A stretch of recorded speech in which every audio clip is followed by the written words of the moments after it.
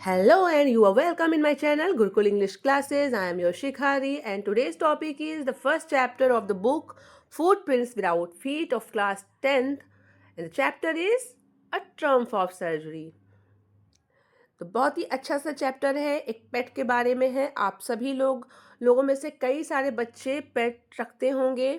ज़्यादातर बच्चों के पास डॉग रहते हैं और बच्चों को भी डॉग्स बहुत पसंद होते हैं। और इस चैप्टर की जो मेन कैरेक्टर है जिनका नाम है मिसेस पम्फ्रे, उनके पास भी एक डॉग है और जिसका नाम उन्होंने रखा हुआ है ट्रिकी। और ये स्टोरी है एक डॉक्टर की, डॉक्टर जेम्स हैरियट, जो कि एक वेटरनरी सर्जन है और वो सेव करते हैं ट्रिकी की लाइफ को। तो स्टार्ट करते हैं ये चैप्टर। पर स्टार्ट करने से पहले मैं आप सभी से रिक्वेस्ट करना चाहूँगी कि अगर अभी तक आपने मेरा चैनल सब्सक्राइब नहीं किया है तो प्लीज़ कर लें और बेल आइकन प्रेस कर लें ताकि आपको मेरे न्यू वीडियोज़ की नोटिफिकेशन मिलती रहे। तो आइए चलते हैं अ ट्रम्प ऑफ सर्जरी और जानते हैं कि क्या है स्टोरी ट्रिकी की। राइटर भी इसके जेम्स हैरियट ही हैं और उन्होंने ये स्टोरी अपनी ही लिखी है। उनकी ऑटोबायोग्राफी है, मतलब उनके साथ ये घटित हुआ है। ऑटोबायोग्राफी मीन्स आत्मकथा है, बट आत्मकथा यहाँ वो अपने बारे में नहीं लिख रहे हैं, वो अपने जीवन से संबंधित एक घटना का वर्णन कर रहे हैं जहाँ पर उन्होंने एक डॉग की लाइफ सेव की थी। एक ट्रिकी एक स्मॉल डॉग है जिसको इतना ज़्यादा पैम्पर करती है उसकी जो मिस्ट्रेस होती हैं मिसेस पम्फ्रे, और इतना ज़्यादा उसको ओवरफिट करती हैं कि वो बिल्कुल बीमार हो जाता है। और डॉक्टर हैरियट ने उसको देखा और वहीं से इस स्टोरी स्टार्ट होती है। इस कहानी में उस प्रसंग का वर्णन है जहाँ पर डॉक्टर जेम्स हैरियट ने ट्रिकी को देखा था। डॉक्टर जेम्स हैरियट गाड़ी चला रहे थे, उन्होंने देखा कि मिसेस पम्फ्रे और ट्रिकी रोड पर हैं। आप यहाँ पर देख सकते हो, ये आपको डॉग दिखेगा, ये है ट्रिकी और ये है मिसेस पम्फ्रे और ये हैं जेम्स हैरियट। देख सकते हो आप डॉग को, डॉग की क्या सिचुएशन है। डॉग की जो स्टमक है वो बिल्कुल फर्श को छू रहा है और उसने कैसे ओवरकोट पहना हुआ है, वो बिल्कुल भी अपनी लाइफ को एंजॉय नहीं कर पा रहा है। थोड़ा सा बंधा बंधा सा, उसको इतना ज़्यादा जो मिस्ट्रेस है उसकी मिसेस पम्फ्रे, वो इतना खिला पिला रही हैं, उसकी बहुत ज़्यादा केयर कर रही हैं, उसको बहुत ज़्यादा पैम्पर कर रही हैं, जिसकी वजह से उसको नेचुरल एटमॉस्फेयर नहीं क्रिएट हो पा रहा है और वो बीमार हो गया है। तो डॉक्टर हैरियट उनसे पूछ रहे हैं ट्रिकी के बारे में कि इसको क्या हो गया है, ये इतना वीक कैसे है। तो मिसेस पम्फ्रे बहुत ही मतलब बहुत ही इनोसेंटली बोलती हैं कि ओह, मैं क्या करूं, मैं क्या करूं कि ये इतना ज़्यादा बीमार है।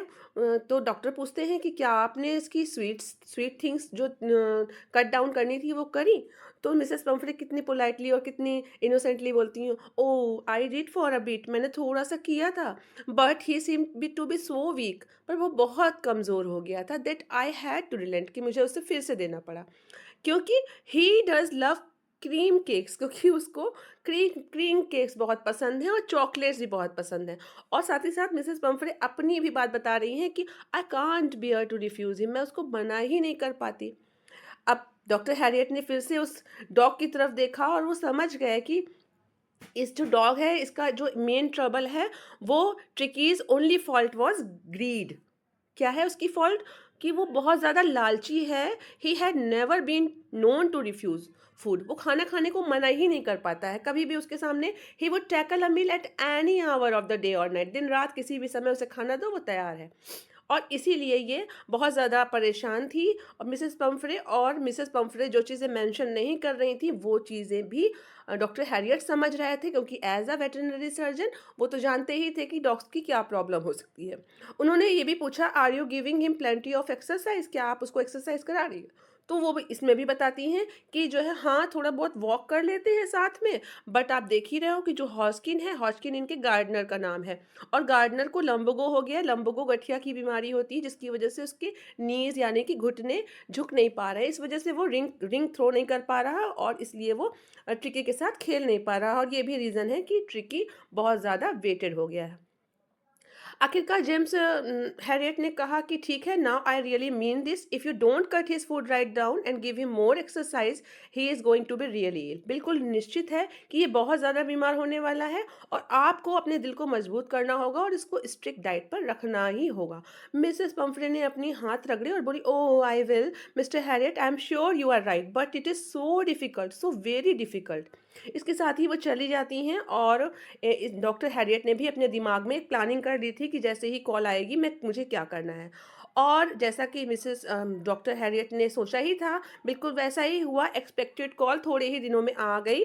मिसेस पंफ्रे बहुत ज़्यादा परेशान थी क्योंकि ट्रिकी खाना नहीं खा रहा था, कुछ भी नहीं खा रहा था। इवन उसकी जो वो फेवरेट चीज़ें थी वो भी नहीं खा रहा था। उसके अलावा उसको बहुत ज़्यादा वॉमिट हो रहा था।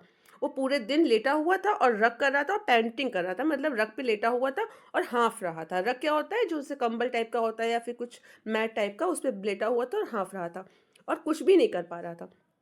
डॉक्टर हैरियट ने तो अपनी प्लानिंग पहले से ही कर रखी थी, तो उन्होंने उन्होंने सोच रखा था कि कैसे भी हो ट्रिकी को घर से बाहर ले जाना है। तो उन्होंने बोल दिया कि फर्म लाइन है, देखिए ट्रिकी वॉज वेरी इल और उसको एक ही तरीका है बचाने का और उसमें आपको देर भी नहीं करनी होगी। तो मिसेस पंफ्रे ने रोते हुए कहा, अच्छा बताइए क्या है। तो उन्होंने कहा कि मुझे इसको लेके जाना होगा, एडमिट करना होगा। तो फिर मिसेस पंफ्रे, उनकी पूरी इंटायर स्टाफ, आप यहाँ पे देख सकते हो कि इस पैराग्राफ में क्या-क्या उसके लिए लेकर के आई थी। तो सारी की सारी मेड दौड़ने लगी in and out bringing his day, bed, night, bed, favourite cushion, toys, rubber rings. इसके साथ-साथ क्या लेकर आए थे, ब्रेकफास्ट बाउल, लंच बाउल, सपर बाउल। और ये समझकर कि इस इतना सारा स्टफ़ डॉक्टर हैरियट की कार में नहीं आ पाएगा, तो उन्होंने क्या किया कि अब ठीक है, उन्होंने ड्राइव स्टार्ट कर दी। और जैसे ही मिसेस पंफ्रे ने देखा कि वो जा रहे हैं, उन्होंने रोना-चिल्लाना शुरू कर दिया और एक खूब ढेर सारे हाथ में उनके कोट थे छोटे-छोटे से, उन्होंने खिड़की से फेंकना शुरू कर दिया। डॉक्टर हैरियट भी इस बार फ़र्म थे क्योंकि उनको ट्रिकी की लाइफ़ सेव करनी ही करनी थी। उन्होंने देखा अपने मिरर से, साइड मिरर से गाड़ी की, कि सभी लोग रो रहे थे। उसके बाद वो सर्जरी में उसको ले आते हैं। सर्जरी मीन्स वहाँ पर बहुत सारे डॉग्स थे, उनका एक क्लिनिक था, वहाँ पर उसको ले आते हैं। और ट्रिकी ने उन्होंने क्या देखा कि ट्रिकी अभी थोड़ा-सा उन सबके साथ में ईज़ी नहीं फ़ील कर रहा है, वो जो है बहुत अच्छा नहीं कर रहा है। लेकिन क्या किया उन्होंने, स्टार्टिंग में क्या किया, और ये बहुत इम्पोर्टेंट क्वेश्चन है कि सबसे पहले उन्होंने क्या किया था।